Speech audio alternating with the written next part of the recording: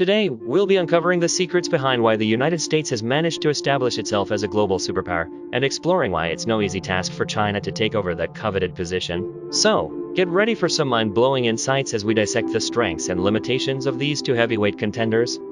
First, we'll be drawing insights from Tim Marshall's book, The Power of Geography, which sheds light on how geographical conditions can shape a country's potential to become a superpower. According to this book, the United States has a major advantage with its strategic location on the North American continent. It's sandwiched between the Atlantic Ocean on the east and the Pacific Ocean on the west, giving it easy access to global seas without much interference from other countries. On the other hand, Russia faces challenges when it comes to sea access due to its harsh winter conditions, especially in regions like the Arctic, where most ports freeze over. Russia does have the Crimean Peninsula as a potential maritime route, but it can be blocked by countries like Turkey. Now let's take a look at China. Despite its vast mainland territory, it faces a significant obstacle in the form of the Himalayan mountain range to the west. This means that China's best bet for expansion lies eastward, through the sea. But here's the catch. China's access to the Pacific Ocean is already obstructed by various geographical features like the Japanese archipelagos, South Korea, Taiwan, and other islands.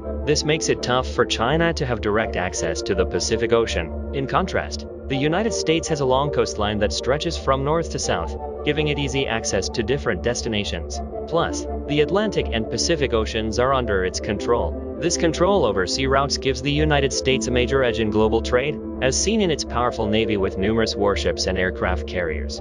Now, let's talk about the importance of space when it comes to building the most powerful country in the world. Having ample space is crucial, and there are two types to consider: offline spaces created by land and spaces created by the sea. Countries with access to the sea, like the United States, can leverage vast maritime territories, and their large land areas further contribute to their advantage. Another key factor is logistics within a given space. In the United States, the Mississippi River flows from north to south, providing a logistical route that spans the entire continent. In China, however, the Yangtze River and the Yellow River flow from east to west, connecting the eastern and western regions, and the absence of a strong north-south axis poses a challenge for China. In history, north-south lines have been considered more important than east-west lines, because they allow for traversing various climate zones and geographical features, providing a greater diversity of resources and ecosystems.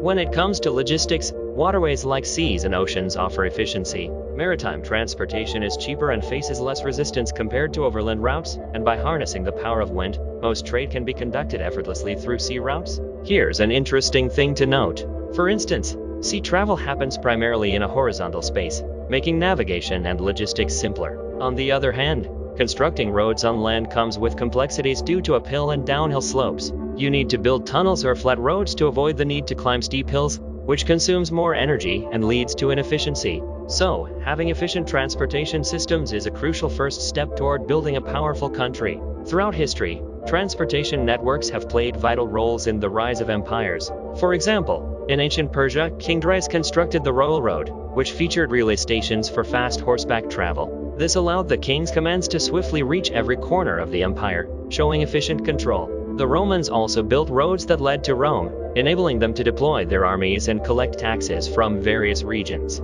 In modern times, the United States has a well-established highway system that covers the entire country, serving as modern relay stations. These networks not only facilitate transportation but also provide essential amenities and services, like gas stations. They form the backbone of the United States infrastructure, supporting its economic strength and laying the foundation for an empire. In the modern era, the distribution of information is also equally important. Robust internet networks are crucial for the rapid dissemination of information and economic development. Different countries have pursued diverse patterns of development based on their unique conditions. For example, South Korea quickly established high-speed internet networks, giving it an advantage in the information technology era. The country's relatively small land area made it easier to deploy these networks. On the other hand, countries with vast land areas and low population densities, like Finland, found it impractical to lay extensive wired networks. Instead, they focused on wireless communication networks, leading to the rise of companies like Nokia. But here's where China faces limitations. For instance, its efforts to merge with Taiwan are driven by the need to access advanced semiconductor technologies. However, they face significant obstacles in achieving this goal. Also, China's internet space is also restricted due to political reasons, hindering its ability to fully utilize the potential of this new information realm. For instance, People in China don't have access to popular websites such as YouTube, and these limitations on internet space can hinder China's growth. When we look at internet space statistics, the dominance of the English language becomes apparent. Around 60% of all internet content is in English, while Chinese accounts for less than 2%. This significant difference impacts the territories each country possesses. China's logographic writing system poses an additional challenge as it requires learning thousands of characters. In contrast, the simplicity of the English alphabet allows for faster and more efficient reading and typing. So, the ability to secure land and maritime space, establish efficient transportation and internet networks, and overcome language and writing system barriers all contribute to a country's advantage in the modern era. At present, it's quite difficult for China to compete with the United States in the internet and maritime spaces. However, China has come up with a catchphrase to overcome this challenge: "Let's go to space." They're determined to dominate space and expand their territory. In 2019, China's unmanned probe, Chang'e 4, successfully landed on the moon, which is an impressive achievement. Their goals include establishing a lunar base by 2025 and building a space station called Tiangong, also known as the Heavenly Palace. These ambitious endeavors reflect China's commitment to expanding into space as a means of securing additional territory. They understand that in the next generation, controlling space and the internet space will be critical elements in determining the strength and influence of a country. However, when it comes to space, the United States, led by visionary entrepreneurs like Elon Musk and Jeff Bezos, are already making significant strides. Private companies are at the forefront of space exploration, pushing the boundaries of what's possible. But it's important to keep in mind that there might be limitations to achieving a breakthrough solely through space endeavors. To get a broader perspective, let's look at history. During the era of the Mongol Empire, land dominance prevailed. The key to effective land utilization was having the fastest means of transportation. The Mongol Empire, known for its skilled mounted soldiers, could cover great distances swiftly, which allowed them to exert control over vast territories. But then came the era of the sea. People started envisioning broader spaces, and figures like Portugal's Prince Henry the Navigator played crucial roles in ushering in the Age of Discovery.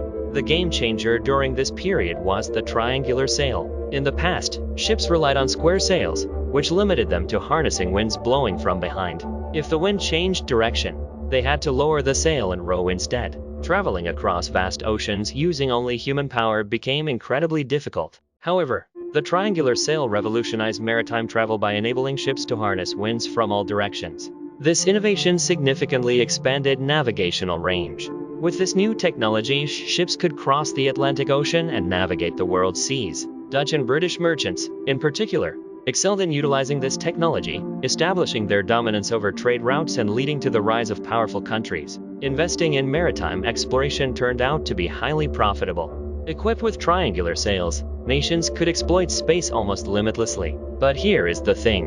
When we talk about space in this context, we're referring to the vast and infinite realm of possibilities. In contrast, venturing into actual space beyond Earth's atmosphere is a different story. It requires immense energy and resources. Building a space station, for example, involves transporting heavy materials like liquid oxygen and fuel for propulsion, which adds significant weight. Countering this increased weight demands even more thrust, creating a vicious cycle. So, getting into Earth's orbit requires tremendous power and resources. Now, there are two fascinating methods currently being explored in the realm of space. The first is the space elevator, which could lift materials into orbit with significantly less energy consumption. However, it poses challenges in terms of developing an incredibly strong cable. The second method involves utilizing rotational motion. American venture companies are working on developing technology to launch spaceships using rotational movement. This method minimizes energy consumption.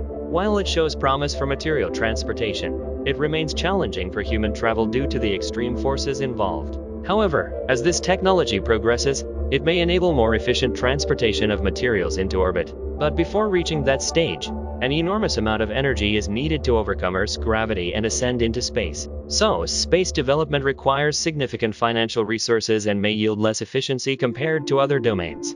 So, while China's territorial influence has seen significant growth in recent years, the United States still maintains a slight advantage in nearly every aspect necessary for global superpower status. As we witness the evolving dynamics between these two global powers, the control of space and the internet space will undoubtedly emerge as key elements in determining the strength and influence of both countries.